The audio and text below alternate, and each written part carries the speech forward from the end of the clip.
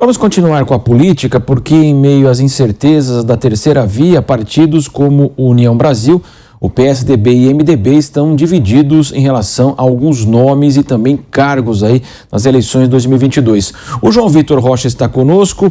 João Vitor, já existe então uma expectativa de quem será o vice de Simone Tebet? Muito bom dia. Bom dia, Marcelo. Bom dia a todo mundo.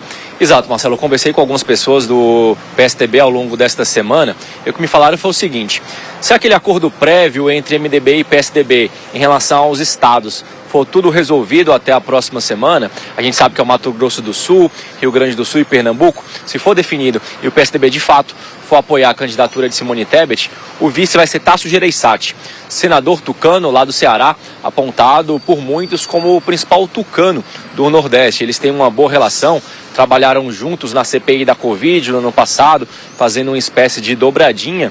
Então a expectativa é essa, que Tasso Gereissati seja o vice de Simone Tebet, pelo que me falaram ao longo desta semana, caso o PSDB vá de fato confirmar o apoio a Simone e ao MDB.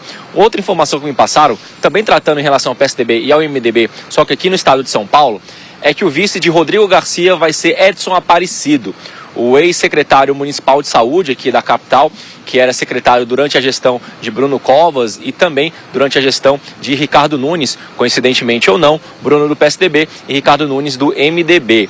A gente lembra que o Edson Aparecido ele pediu a desfiliação do PSDB em abril e se filiou na sequência ao MDB, justamente para poder costurar esse acordo para que a cabeça de chapa seja dos tucanos com Garcia e o vice seja do MDB com o Edson Aparecido. Então a expectativa é que em breve isso também seja anunciado, Edson Aparecido como vice de Rodrigo Garcia.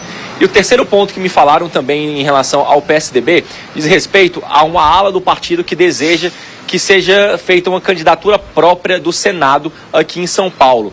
E o nome seria de José Aníbal, ex-deputado federal, atual suplente do senador José Serra, esteve fazendo mandato, cumprindo mandato, enquanto Serra estava afastado por problemas de saúde e também já foi presidente nacional do PSDB. A expectativa é que, se houver uma candidatura própria do PSDB ao Senado, seria de José Aníbal. Eles avaliam, essa ala do PSDB avalia que o partido não ter um candidato próprio à presidência da República e também não ter um candidato ao Senado, principalmente aqui em São Paulo, que é o berço dos tucanos no país, diminuiria muito, enfraqueceria muito o PSDB nacionalmente. Então, a avaliação é essa. Agora, deve-se aguardar uma reunião, um acordo entre União Brasil e PSDB, porque o que a gente sabe é que atualmente a chapa do governador Rodrigo Garcia para o Senado está lá no União Brasil com o Sérgio Moro. O Rodrigo Garcia já falou, inclusive, essa semana que deseja ter União Brasil do seu lado nesta campanha. Se o PSDB quiser lançar uma candidatura própria, o maior apoiado é José Aníbal. Se não, vai ser um acordo mesmo lá com União Brasil, com Sérgio Moro ou, eventualmente, outro nome, Marcelo. João Vitor Rocha, daqui a pouco ele volta aqui na programação da Jovem Pan. Eu retorno agora com a Cristina Grêmio. Cristina, como é que você avalia essa possibilidade, então, o Tasso Gereissati, que foi comparado ao Joe Biden brasileiro? Péssimo, né? Porque aí eles entregam que a terceira via é de esquerda, né? A gente tem visto o PSDB caminhar para a esquerda e cada vez com mais clareza. Viu a ruptura toda interna que aconteceu no PSDB e ele ainda querendo se vender como um partido de centro. Só que é ruim quando caminha para uma esquerda e para uma esquerda radical. E por que eu estou dizendo isso? Porque esses dois nomes especificamente, o do MDB, Simone Tebet, e Tasso Gereissati, justamente por terem feito parte da CPI da Covid ou atuado na CPI da Covid, foi o caso da Simone Tebet, né? Não era integrante do grupo ali, do grupo de senadores que estava a cargo das investigações, mas esteve presente na maior parte das sessões. Quem acompanhou viu isso. Esse grupo ficou todo muito desmoralizado perante a população. Por quê? Apenas aquela militância cega radical de esquerda que vive de mentiras, que adora plantar fake news e dizer que são os outros que fazem fake news, que espalham fake news, esperneou, disse que havia corrupção, saiu afirmando um monte de coisas contra médicos, contra cientistas, contra a população que quis se tratar e se tratou e salvou sua vida durante a pandemia, dizendo que eram charlatães, que isso, que aquilo. E a Simone Tebet e o Tasso Gereissati endossaram todas essas narrativas. E mais do que isso, não se não se pronunciaram quando alguns senadores daquele chamado G7 foram extremamente levianos e agressivos contra pessoas que estavam lá apenas convidadas a prestar esclarecimentos pela sua experiência clínica, pela sua experiência de pesquisas, pela sua experiência médica. Vamos lembrar Anise Yamaguchi, Mayra Pinheiro, médicas renomadas, extremamente dedicadas a seus pacientes. A doutora Mayra fazia parte da equipe do Ministério da Saúde e continuava trabalhando como médica pediatra, atendendo nos plantões, jamais abandonou seus pacientes, tratou muitos deles, salvou muitas vidas. E as duas foram consideradas ali como se fossem bandidas por aqueles senadores. Simone Tebet não se pronunciou, Tasso Gereissati muito menos, e o eleitor está de olho em tudo isso. Então, estou falando apenas de uma atuação deles como senadores, mas há vários outros questionamentos que o eleitor fará, e com certeza fará. Então, eu não gosto de olhar essa possível aliança como terceira via. Não acho que o eleitorado que está à espera aí de um nome que seja uma alternativa a Bolsonaro e Lula vá se encantar por essa aliança.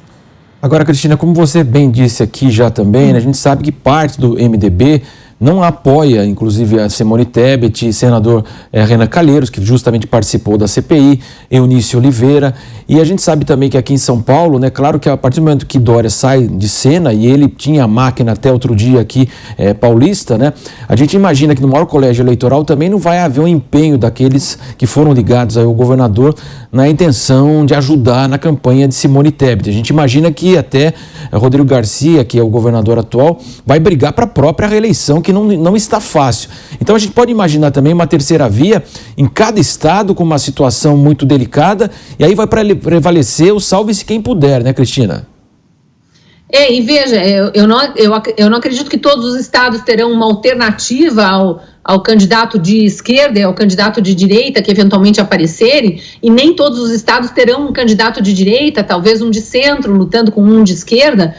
Agora, o que é preciso que o eleitor tenha clareza é que essa narrativa, é uma narrativa de terceira via, ela não é nada diferente da narrativa da esquerda ou da direita, é apenas mais uma candidatura. Ela não é uma tábua de salvação, uma boia, um salva-vidas no meio do mar para pessoas que estão ali naufragando. Não é isso. A gente precisa olhar para o histórico dos candidatos. Veja, o candidato que chega com a arrogância de se vender como centro democrático, só ele é democrático, ele já chega com essa arrogância que como vai ser o diálogo? Que disposição ele terá para o diálogo com as outras parcelas da população que são democráticas, mas não estão no centro, em cima do muro, que já se identificaram mais com um lado ou mais com o outro devido aos valores que defende. Veja, são os valores dos candidatos que a gente precisa ver, porque se a gente pegar esses candidatos de centro que estão se vendendo como muito diferentes dos outros, o que eles defendem? Uma parte defende o aborto, isso é pauta da esquerda, é assassinato de bebê.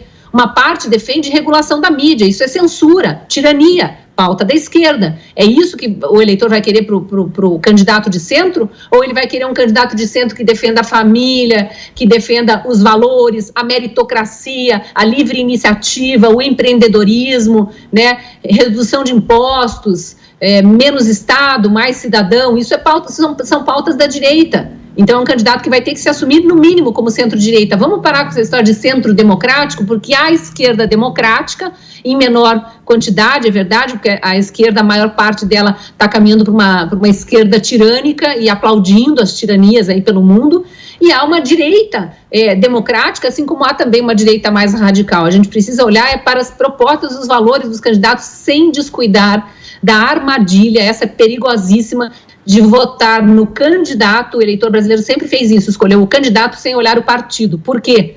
Porque é o partido que vai carregar um monte de candidatos que não tiveram voto suficiente, mas herdam votos daquele mais votado, chamado puxador de votos, né? O efeito tiririca, é aquela história do coeficiente eleitoral que continua valendo. Então a gente precisa olhar se o partido também defende os mesmos valores que nós.